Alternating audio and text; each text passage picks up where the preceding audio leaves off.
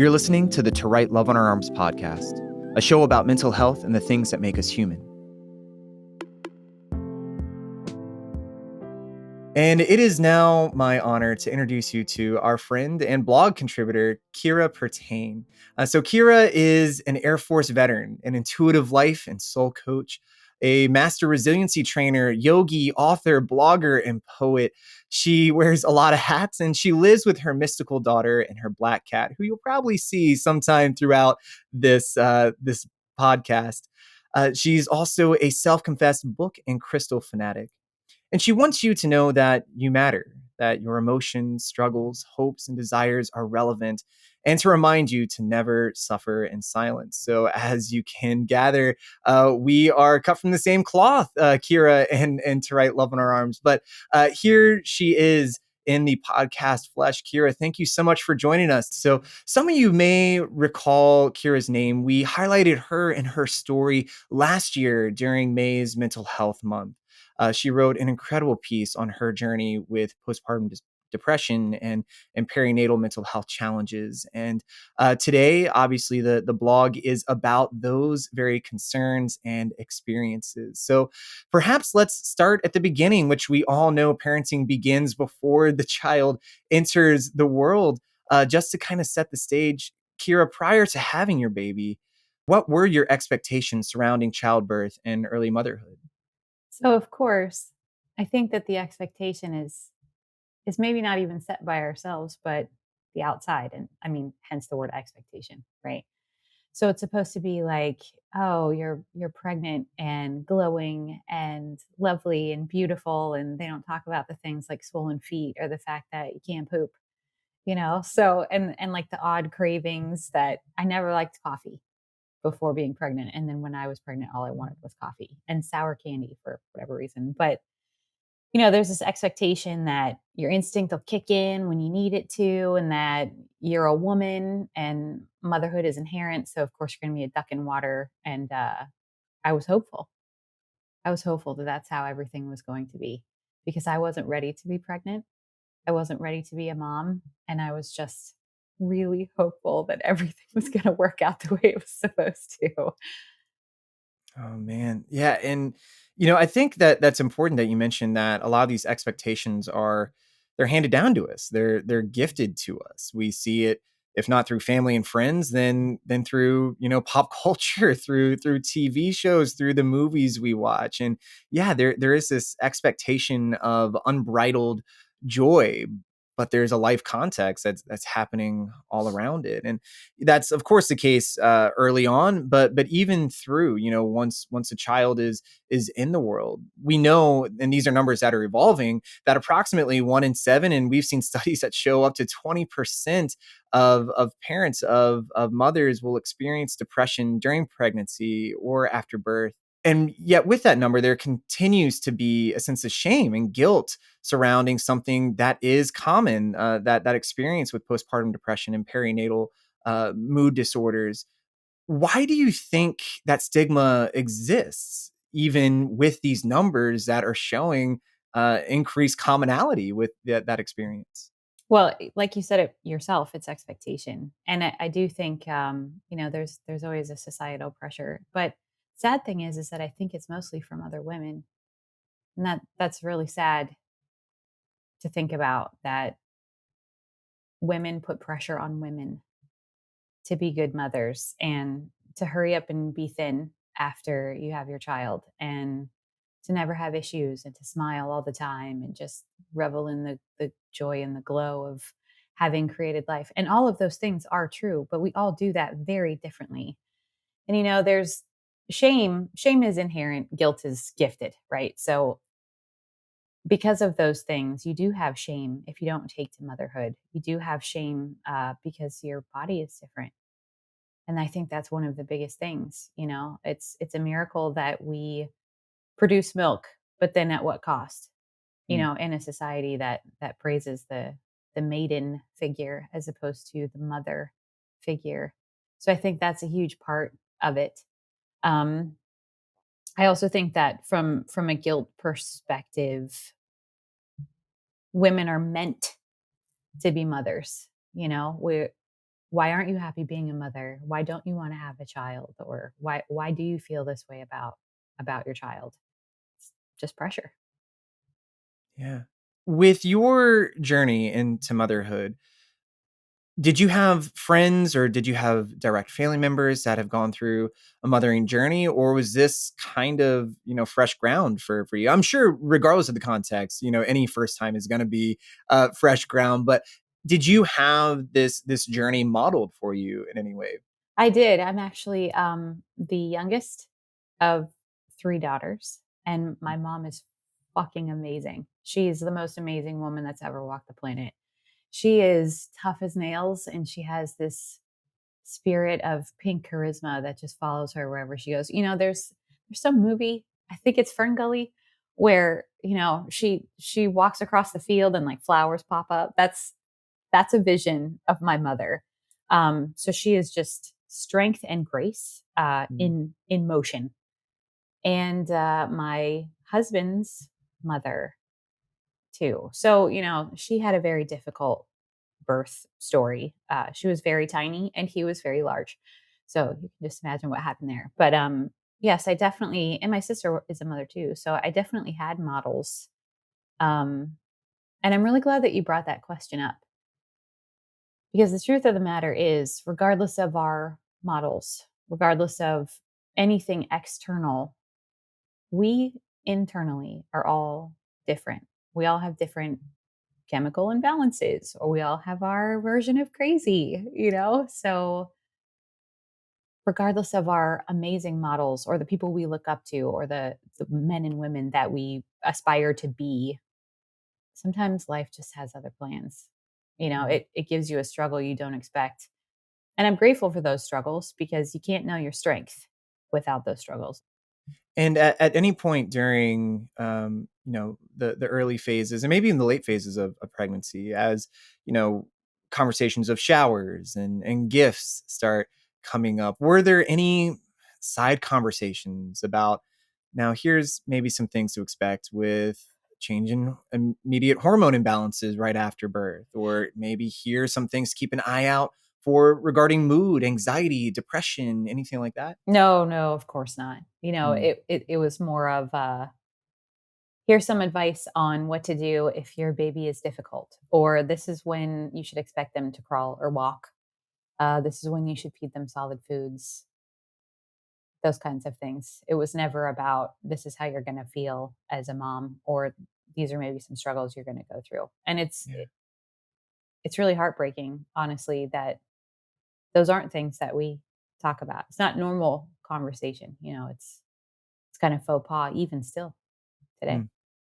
And I think even with that, that's, perhaps one of the reasons why 16 years into the journey of To Write Love on Our Arms, this is the first time we're having a verbal conversation about this. These are in many ways new conversations about really old topics. These are not experiences that are recent. These go back to as long as people were having babies, right? Like this is normal.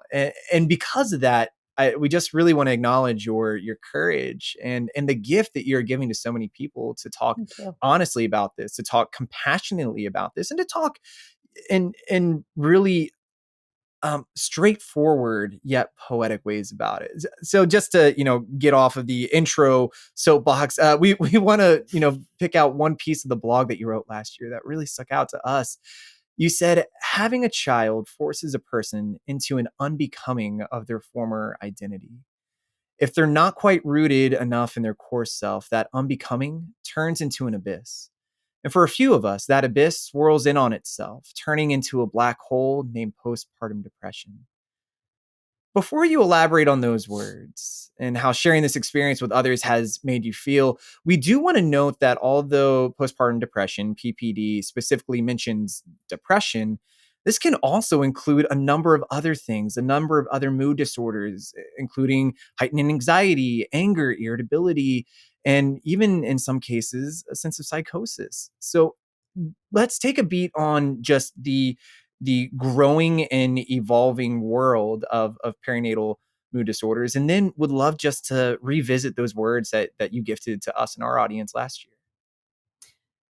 So anger, irritability, you said anxiety, those were all the case in my case, for sure. I definitely remember my daughter was very difficult, so that did not help but exacerbate the issue. And of course, it wasn't her fault.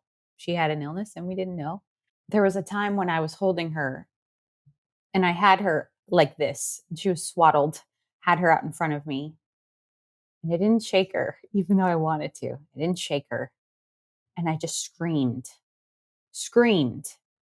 shut up at her right in her face. This tiny infant who all she wants is her mother's love and comfort, and she wants to feel better, and she doesn't understand why she's outside of the womb, you know?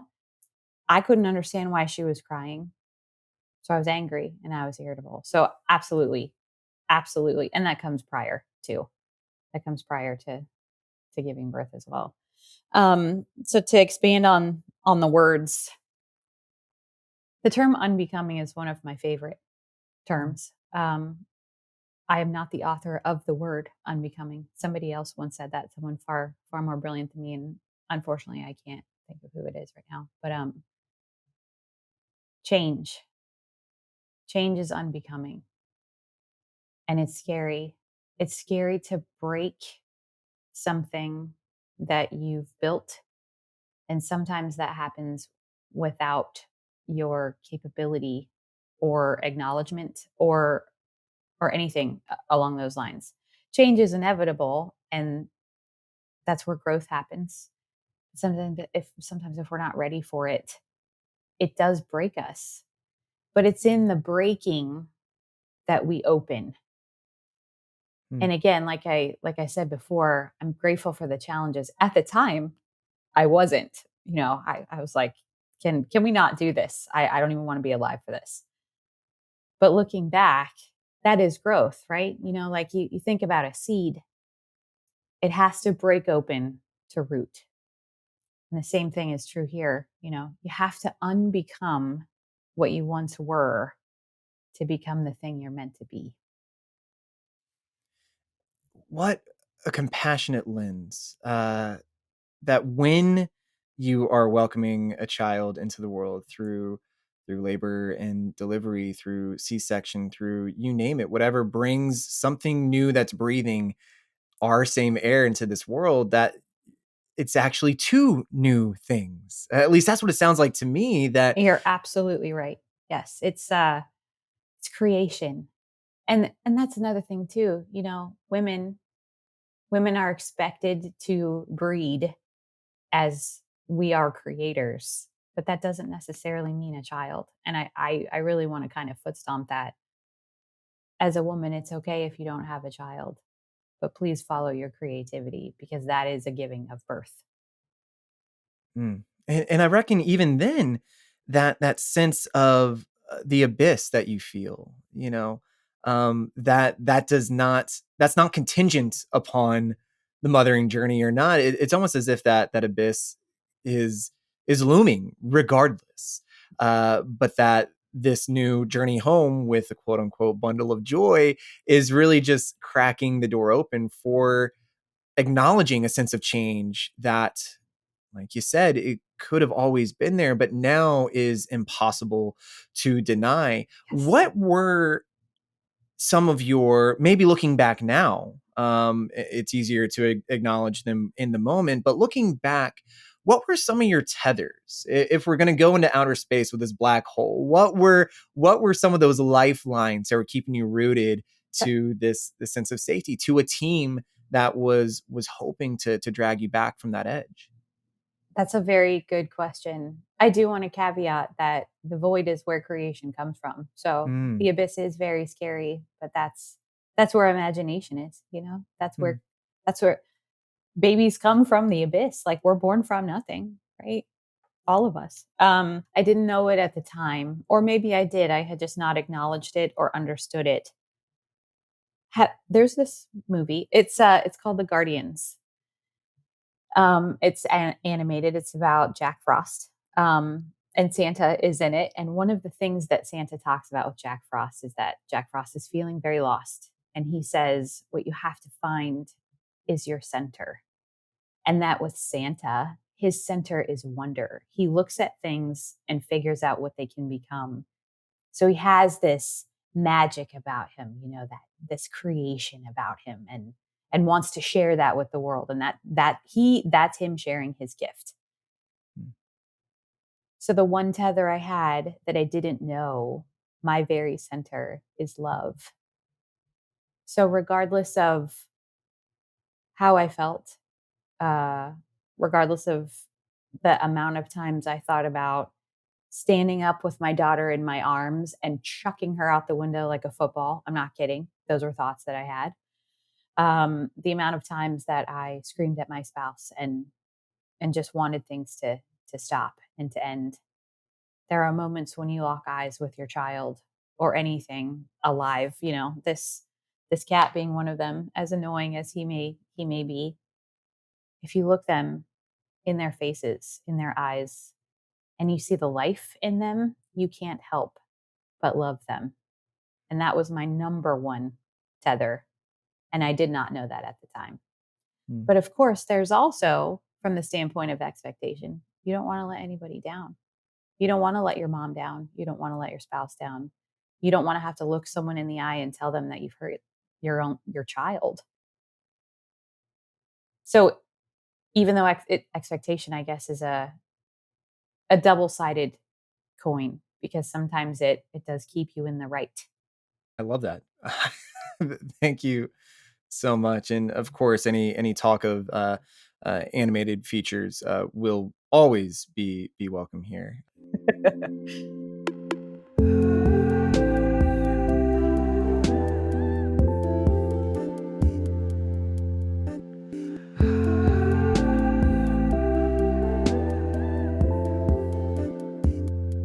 So here we are for our second iteration, even on our third episode of Pass the Mic to the Professional. So this, as you may recall, is our opportunity to introduce these topics on a bit of a deeper level, talking to licensed mental health professionals, to therapists, to counselors, and making sure that any of the info that we are setting up can be kind of vetted through the lens of people that have dedicated their lives, making sure that you get the hope and support and care that you deserve.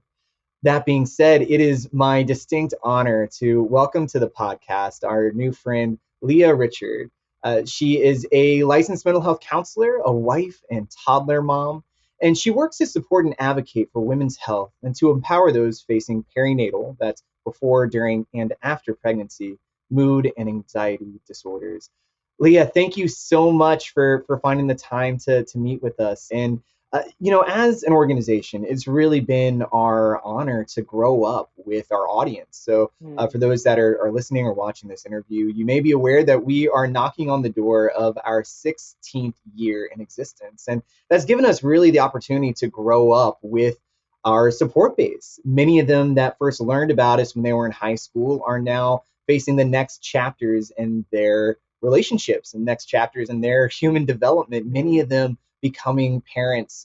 Many of them have already been on this parenting journey. So this is a conversation that we find to be super important, super relevant.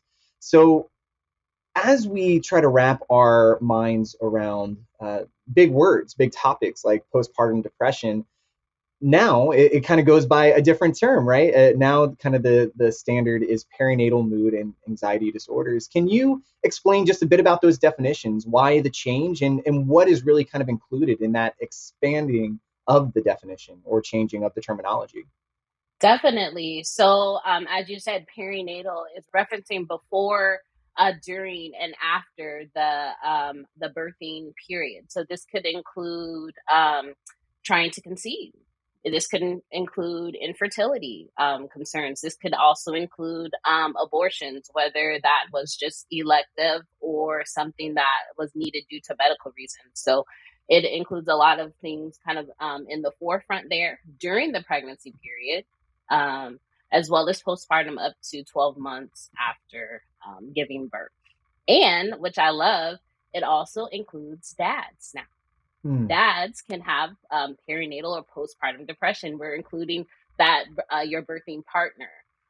just because it doesn't just affect the birthing person, it can affect those in that system. So I'm enjoying that shift in language, and then as well as the disorders, right? So before it was just depression.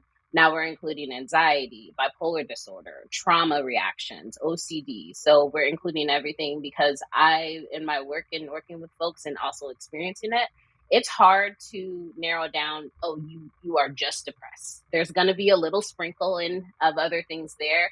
And the language perinatal mood and anxiety disorder just speaks to that. And it also helps folks say, like, oh, okay, this might be me, rather than ruling themselves out. Oh, well, I'm not depressed, crying in a room, so maybe I don't have that issue. Oh, it also includes anxiety. Maybe that could be. Yeah, I mean, that's just you were kind of walking through the what all is encompassed in perinatal mood and anxiety disorders, and just that term.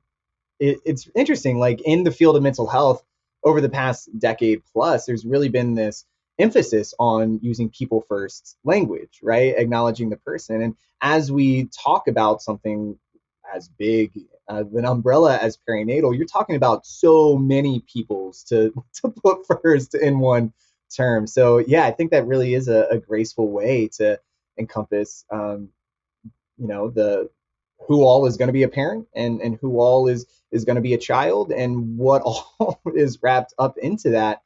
When you began caring for people going through a perinatal experience, when did you get this shift in language? When did you first, I guess my question is, when you started caring for people, did you market yourself as someone that dealt with and cared for people with postpartum depression? And when was that shift professionally to use this new language? I would say it probably started when I first experienced it. I know in my bio it says I'm a toddler mom. I also had a pandemic baby, so I'm a mom of two littles now, right?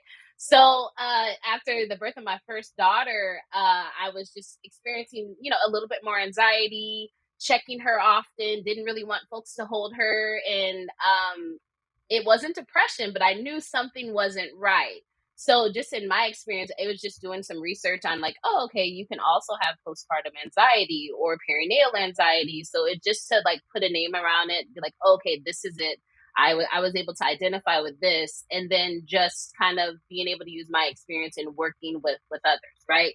Like, okay, it may not look like, just, not doing anything. It may not look like not wanting to care for the baby. It may look like something else, but it's all something that we definitely can support, that we can treat, so you can get back to feeling like yourself again. Excellent. Thank you so much for sharing that. So I guess now we turn to a question of prevalence. About how common are perinatal concerns, specifically with mental health challenges? Well, let me tell you, it's the number one complication of childbirth. Hmm. Not preeclampsia, not gestational diabetes. It is perinatal mood and anxiety disorders. And right now it's like 1 in 5. So 20% of birthing people will experience some kind of perinatal mood disturbance or distress.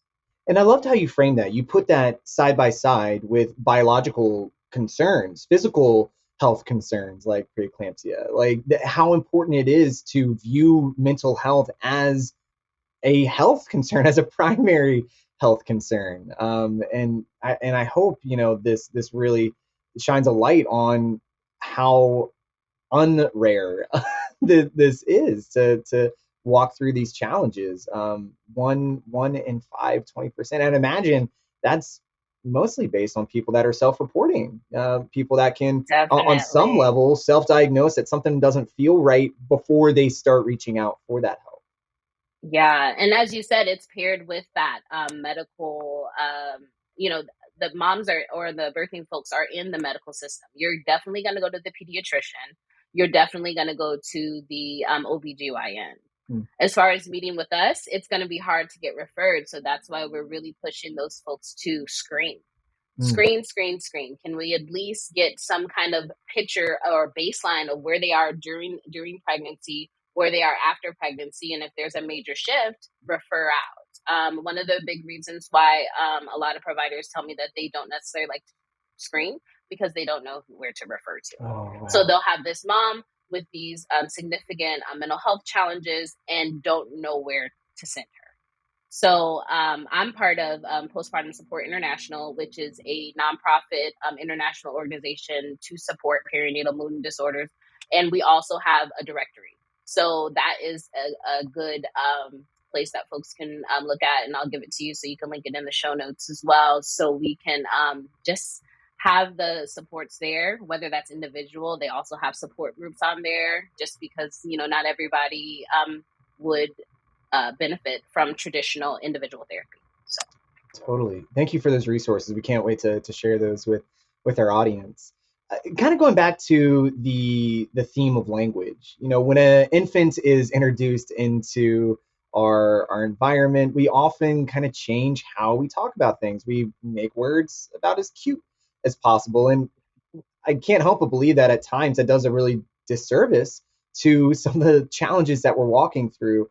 First, in line with these words that don't quite line up, we're all familiar with the term baby blues. Can we take a beat just to address what is said when we say baby blues, what is meant, and perhaps the challenges that exist just in using that language to talk about something like perinatal mental health challenges?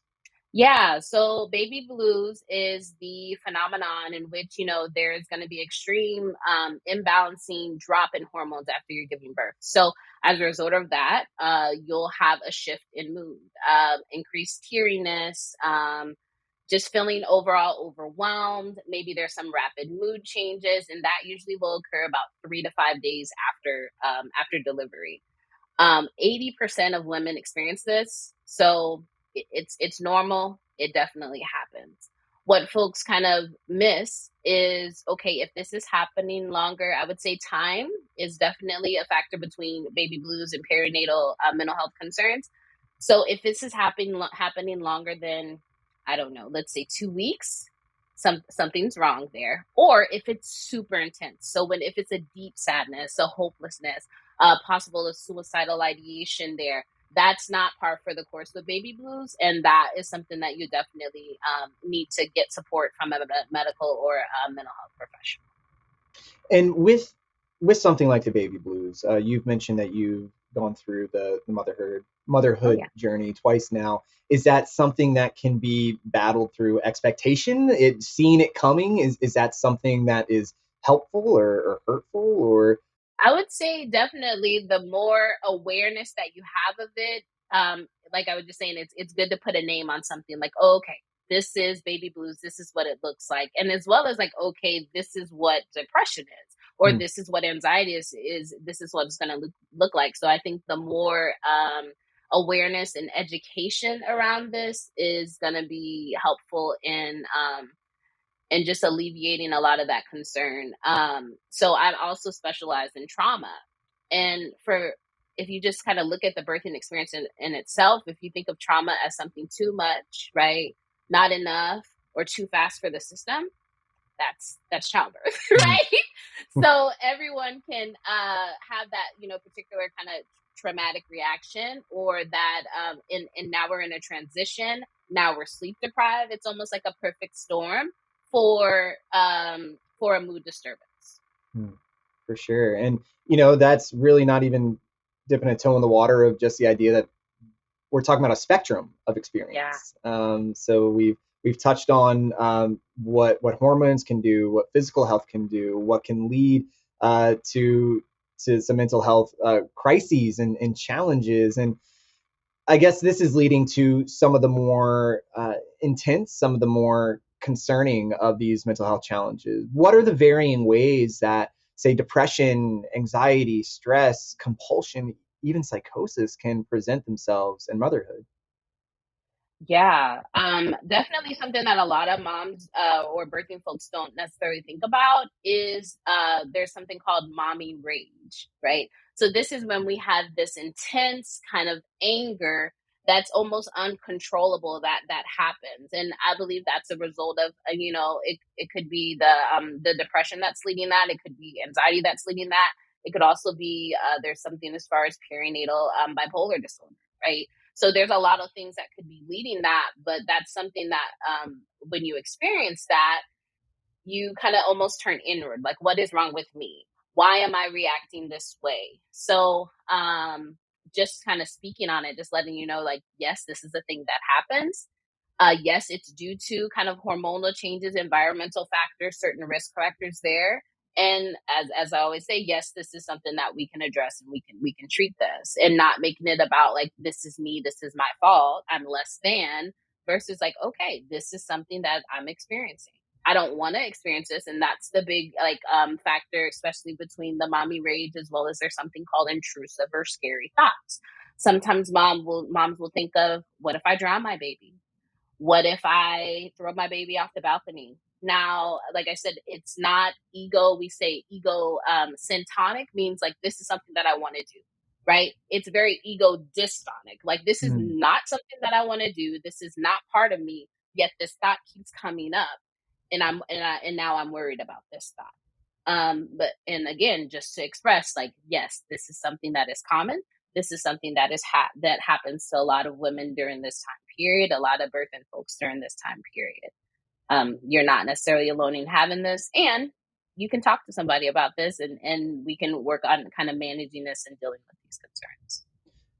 Kind of wrapped up in that, it became very clear to me through your tone, through your body language, through your compassion, that having a thought uh, is not reason to accept blame or shame, Mm-hmm. or you're not a bad parent for a thought subconsciously working its way to the front of your mind. So I thank you for taking the time to say, like, yeah, some dark moments, some dark thoughts, that isn't a reflection on your capabilities of parenting. If I heard that right, I hope. No, you're absolutely correct. Like I said, going back into the brain, our brain has this canny ability to want to protect us at all times and keep us safe. Hmm. So the thought is, they're putting these vivid, frightening kind of thoughts in our mind to like almost keep us aware not to do that. Counterproductive,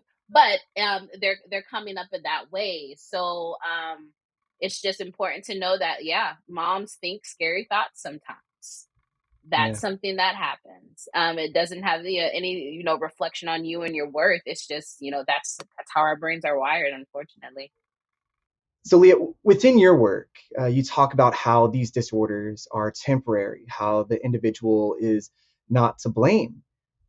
So, what is the treatment outlook for people that are living with some of these disorders and challenges, and how can we combat the attached stigma and shame associated with them? Yeah. So as far as the treatment outlook, I would say it's good to fair. Of course, that's going to depend on other variables. The earlier we're able to identify and kind of screen and detect that, get you to support and treatment, as well as I would say the client or patient's like readiness for treatment. Because although I may feel this way, I don't know. There's a lot of uncertainty what's on that other side of this, and where I'm at is familiar.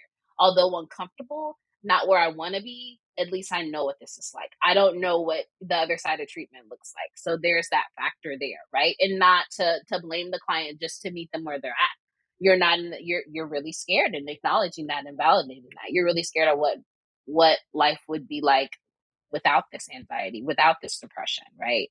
As well as other risk factors. Let's say if you already had a diagnoses or had struggles with depression, anxiety, OCD, or what have you, that would kind of depend on your treatment outlook there. But as far as in reducing the stigma, I would say just education and awareness. Doing Mm. podcasts like these, having maybe some folks with bigger platforms, celebrities kind of talk about their experience with this, can like really let you know that you're not alone. There's a common humanity, there's a common solidarity within this. Motherhood is supposed to be blissful, and everything is cupcakes and rainbows.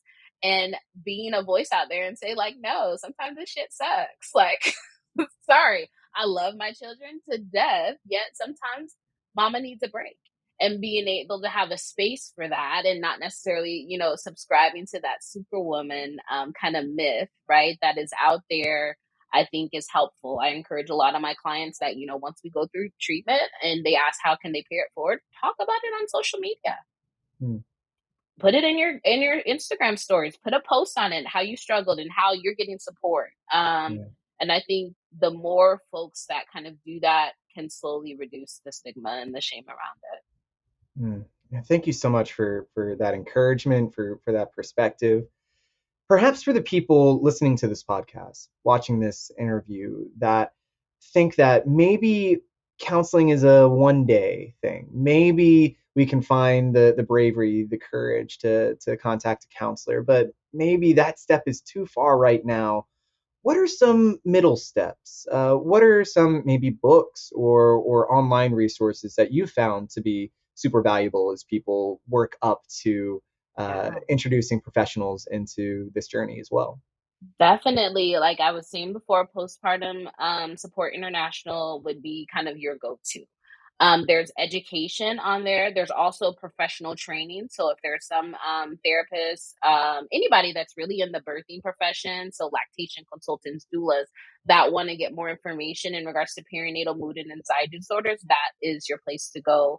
They also hold free support groups. And when I say support groups, of all kinds, in Mm, particular cultural sects, right? So they have like a Black Mamas group, they have a South Asian Mamas group, Hispanic group, they have LGBT group. So anywhere you fall, you will find a space for you that's led by a trained facilitator, and you don't even have to turn your camera on. If you just mm, want to listen, if you want to put an alias name on there, that's okay too. Just to be in the space and just to absorb that information, I find that helpful. Something that a lot of folks don't necessarily go to, but I think it's a wonderful thing, is some kind of like yoga. There are many studies that have shown yoga to improve the outcomes of folks with perinatal mood and anxiety disorders. Just kind of really getting into the body, having that piece of stillness, that movement is really helpful in impacting the mental health concerns there. And also, I have the book right here. That's so funny that you said that. Karen Kleiman. She has Good Moms Have Scary Thoughts, which is something mm. that I definitely recommend to a lot of my clients. You can get it on Amazon or any of your local book retailers. And it talks about a lot of the things that we talked about in this session here. And it also gives strategies. What can I do if I'm feeling this way? There's definitely little things such as like getting outside. Sometimes people don't think about that, but if you think that our hormones are out of whack, right? Serotonin is a big hormone for mental health. Going outside is twofold. Being in nature is shown to increase serotonin, and the sunlight, it's shown to increase serotonin, as well as that movement. Even if it's taking a walk, it's shown to do that. So you don't necessarily have to speak to a therapist or a counselor. Yet there are some things that you can do just within your neighborhood that could improve your mental health. Awesome. Well, Leighya, thank you so much again for your time, for your wisdom, for your compassion. Any other thoughts that occur to you, things that you wish that we had touched on and maybe we glanced over? Yeah, just any parting thoughts. Really, just bringing the awareness to this, not being afraid to talk to your medical professional about this. It's not your fault. It's not a shaming thing. It's just something that kind of occurs and that's happened. And I always say that we don't necessarily get a trophy for kind of struggling through it. Why Mm. not get the support now? Get it early, and so you can be there for your family, you can be there for yourself, and you can get back to yourself, because it's definitely rough not being who you want to be and the mom that you wanted to be. So And it occurs to me, what a gift to the rest of your family to model, to maybe even create a new culture around self care and mental health as this new chapter is beginning. That putting your needs, putting your health, physical, hormonal, emotional, behavioral, mental, at the forefront of this. What a gift to show your family, your growing family, all the ways that that care is accessible and is certainly important.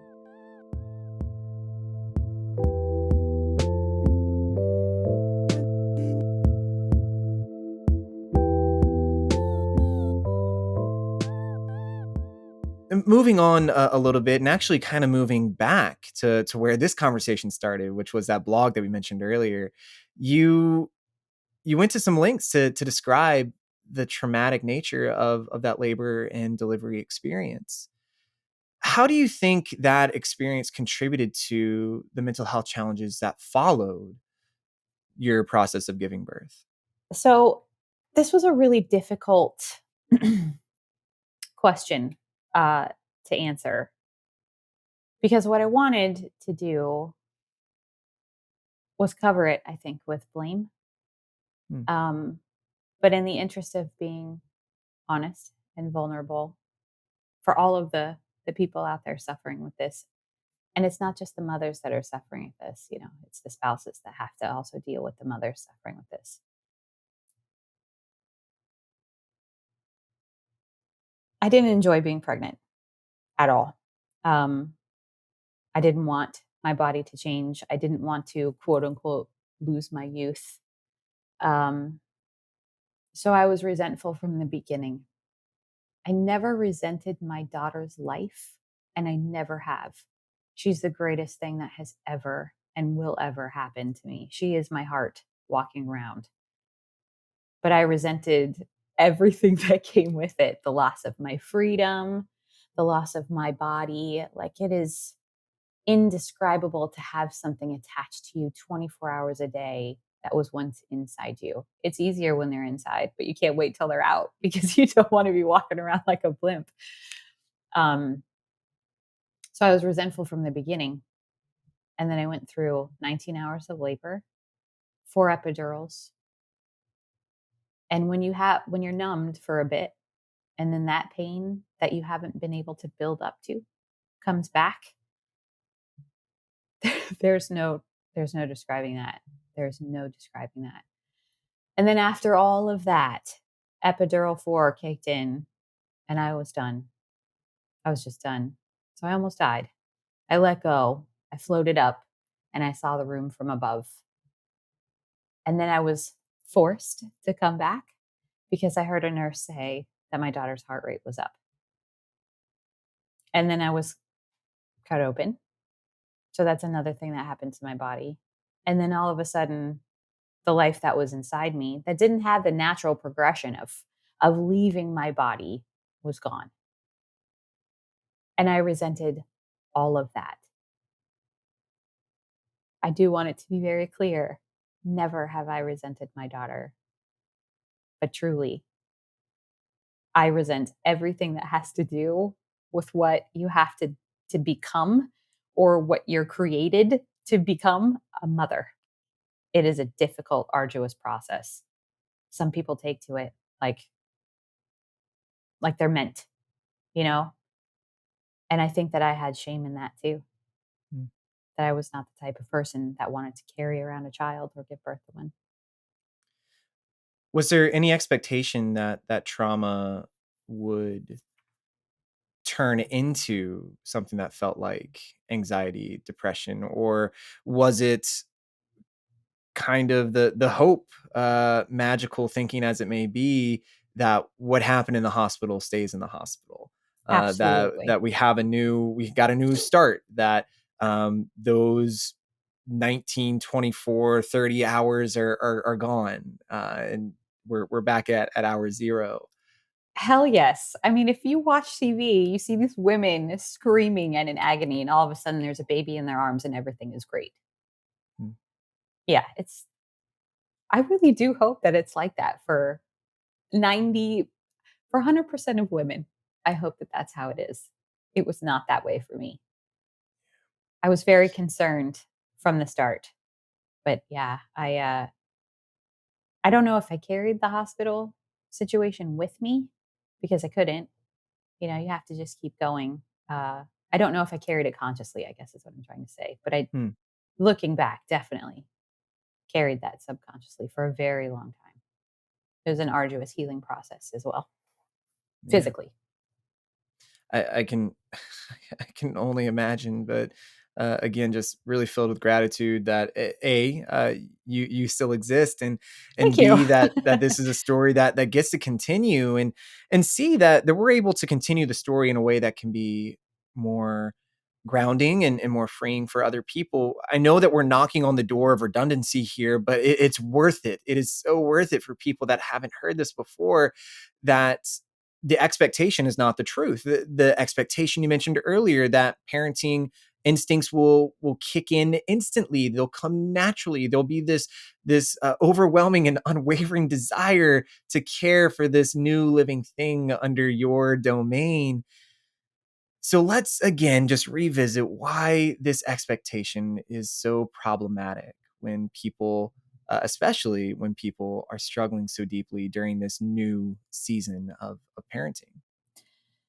So I think even regardless of whether the season is new, whether or not the season is deep in struggle, um, the answer lies in the question again that has to do with expectation. So the thing is that expectation doesn't hold room for the things that are most important, which is allowance and acceptance and grace. And that's the realm in which women live. That is our natural tendency. We allow things to happen. If we didn't know babies would be born, we accept things. If we didn't know babies would be born, and if we didn't have grace, no babies would be born. Hmm. So there's this other part to this. And I'm really glad that this question was asked, because I don't think that a lot of people talk about this. When you are pregnant, people dote on you. They ask you how you are, how you're feeling. Are you getting any sleep? Have you had any morning sickness, et cetera, et cetera, et cetera. Then you have your child, and that question is rarely asked again. Everybody's cooing over this new life, which is great. Obviously, it's a new life and it's amazing. Truly, a body created a body with millions of neurons and a heartbeat and a little liver, and these toes that are going to grow toenails. Like, it's amazing. It's truly amazing. But it's like after you've given birth, the new life is what matters. Your job as the conduit is over. People don't really ask you how you are anymore. They might ask if you're getting any sleep, and they joke about it like, haha, are you getting sleep? Well, no, I'm not. And it's not funny, you know? So the mother is kind of shoved into the background. At that point, not only do we physically feel like we're just there to carry this child and feed them and wipe their asses and clean up, spit up, but we're leached onto, and we're just a thing as it's meant to be. But yeah, it's that's a thing that I don't think that many people think about or talk about. And I think that exacerbates the issue. For sure. Thank you for sharing that. As we kind of, I mean, and that's a perfect segue, that it's very difficult to have any conversation, much less a mental health, emotional health, behavioral health conversation with an infant, something that is not even aware of what words are yet. How important it is to make sure that those in the caregiving position, that the guardians, that the parents are able to remember their agency in the midst of this, that you are still a lovable, beautiful, adorable, priceless person yourself. Yes. Yes. And yeah, it is amazing. I'm even looking back. I've had the joy being an uncle now many times over, and just kind of revisiting ways I should have checked in. I'm the mental health guy of the family, right? So like Oh, even don't put with that this, pressure on yourself. no, no, no, no. You're off This work at that point. fair enough, but totally, I'm not accepting guilt or shame for that, but accepting the challenge that the next time a a new person is welcomed onto the scene, be aware of the old guard, be aware of the people that have a bit more experience on the earth, and realize that they are going through a new experience as Yes. well, even if they've had kids before. This is the first time they've had this kid, Yes. uh, and that's important. That is a shift of dynamics and paradigms altogether. So, again, long lead in. I'm famous for those. We know that there is support to be found in partners and these new grandparents and other friends and coworkers that have gone through a parenting journey as well. But you're also really important. It is important, as you do, to highlight professional help. So through your lens, why is professional support for PPD, for perinatal mood disorders and motherhood essential? And what did that help look like in your experience? So here's the thing. We're going to go from the standpoint of advice, right? Hmm. From the beginning of pregnancy, when every mom wants to say, this is how you swaddle. This is when you give your child solid foods. These are the diapers you should use. Our advice, as well meaning and loving as it may be, or maybe even as like autocratic, like I know what's best, it all comes from a situation that you have dealt with in the past that maybe you didn't deal with very well. So you want to give advice so that people don't make that same mistake, which is admirable. It's amazing. And you learn from that. By giving advice, you learn, right? And again, it's from a place of love. That being said, if you were to cut open a gash in your arm and it's open, bleeding, or you broke your collarbone, you wouldn't go to your grandmother or your mother or your father and say, can you stitch this for me? You don't need advice at that point. Mental health is exactly the same as physical health. And there's this stigma, oh, it's all in your head. Just get over it. It's not. It's a chemical imbalance in your body. Something isn't right.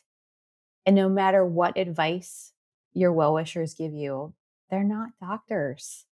And they're also not unbiased.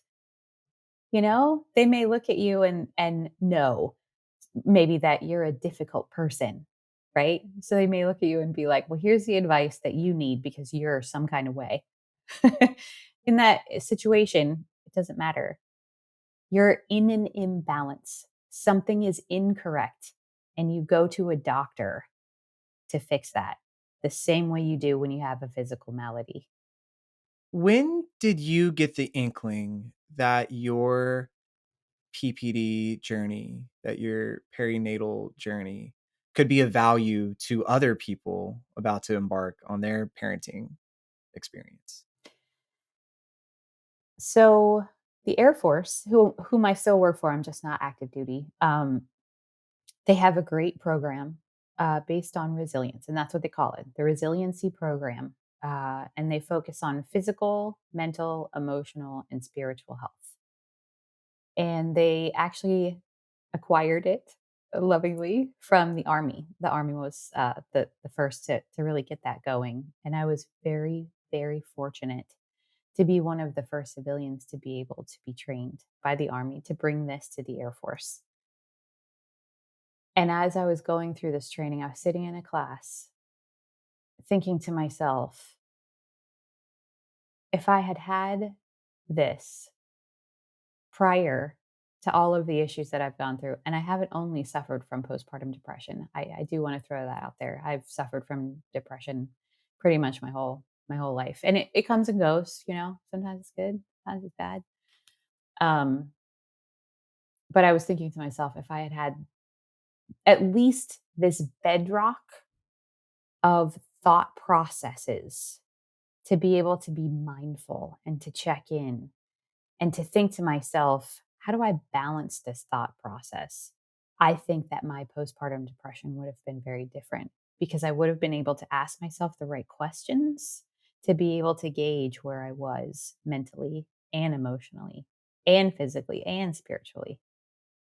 And so glad you did. So glad you sought that out. I love that sense of empathy in action, that this went beyond what would I say to younger me into I bet there's younger me's already out there. We don't Absolutely. have to time travel. It's really a matter of asking a couple questions and looking to see who stirs in their seat. And maybe that's where I go. Maybe that's who I talk to. Maybe the people who are convinced that they're too strong to ask questions. Well, what are just some answers that I can offer and wait and see what follow-up questions exist? Absolutely. I After I love went that. through the class, I became a trainer. That's the master resiliency training, and full-fledged into that. Absolutely, because I never ever ever I wouldn't wish it on my worst enemy's dog to feel the way that I felt ever. I never Hmm. want somebody to be going through that alone. Well, let's then take a second to expand that net of care just a little bit further than previously imagined. You've been able to pour into your community at the Air Force, and I'm sure so many other networks as well. But for anyone here that's listening, anyone here that's watching, anyone here that has brought a child into the world and is in the midst of some serious struggles, do you have any words of comfort and wisdom that you'd love to offer them? Of course, because advice comes from past mistakes, right? So of course I do. So yes, the biggest thing is honestly, truly, without a shadow of a doubt, trust your intuition. Ask yourself, how do I want to feel and who do I want to be in this moment? And if you are not that person and you can't climb out to become that person in the moment, something isn't right. So just take the steps, ask for help, go to write love on her arms. That's what the whole thing's about, you know? Don't ask for well, maybe ask for help from your loved ones, of course. But sometimes, like I mentioned before, they will say things like, it's just hard being a new mother, or it's just hard being the mother of 4 and having an infant, or whatever the case may be. Or, your spouse may say something like, you're just tired. Maybe you are. Maybe you are just tired. Maybe you do need to get out of the house. Maybe you do need a break from your crying infant. But if you ask yourself, how do I want to feel and who do I want to be? And you're not able, maybe even to answer those questions, or you don't feel right, or the person you want to be isn't something that you can aspire to in that moment, don't wait. Trust yourself. Go get help. Don't suffer alone or in silence. Don't do it. Your life depends on it, and your child's life depends on you. Yeah, Kira, this was awesome. As we mentioned earlier, so much of what we've learned about forming our own identities didn't come through direct conversations. They were inferences and expectations and things that were given to us, and many of us get this information, get these ideas through books, through music, through media, TV shows, you name it. What pieces, if any, literature or music or arts or movies, you mentioned The Guardians earlier, but what were some valuable pieces of art or media that helped you reframe what it looked like to be a mother, as opposed to these expectations that you grew up with? I guess what were some elements of proof in that maybe the entire story hadn't been written yet, and maybe there's still space for your experience to be just as, if not more valid, than the information you grew up believing? It's a really great question that honestly I may have to undo to answer. And I think the answer to that is none of the above. All right. Because the thing is, you have to follow you. It doesn't matter, what a book says. It doesn't matter, obviously I had books and art and music to get me through the trying times, but it had nothing to do with ho- who I wanted to be as a mother. So what I had to do was take a step back and Mm. I had to observe everything from a wide angle lens and be like, this is how these people did this. This is how this guy writes this book and says to do this. This is what's actually happening. And this is me truly following what I feel is right. It doesn't matter what anybody else says. I knew my daughter had an earache, like an ear infection. I just, I knew it. I also knew that there was something wrong with her. I don't even know what this is called, like the little flappy thing. It wouldn't close. Uvula. It wouldn't close. And I knew something was wrong. And I was just like listening to everybody else. Oh, she's just colicky. But I knew it was more severe than that. And it took me a long time to be like, screw everybody else and what they're saying. I don't care what these books say. I'm trusting me. And that's really what it is. You know best. You really do. Like the things we have internally truly do lead us. We just have to be brave enough to listen, to hear. Well, Kira, you've clearly exhibited that bravery and clearly exhibited that the value of perspective, of widening that lens. And thank you for the trust that you've instilled in us, and thank you for the trust that you are empowering in so many people.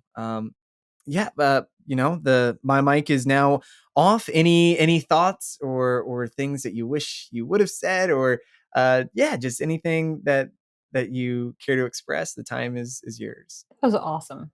That was really, really awesome. And there are times when feel like words are kind of being channeled and I get this like tingly feeling, like it's not coming from me, it's coming from yeah, that happened a few times. So I really truly hope that this reaches at least one person the Mm. right way.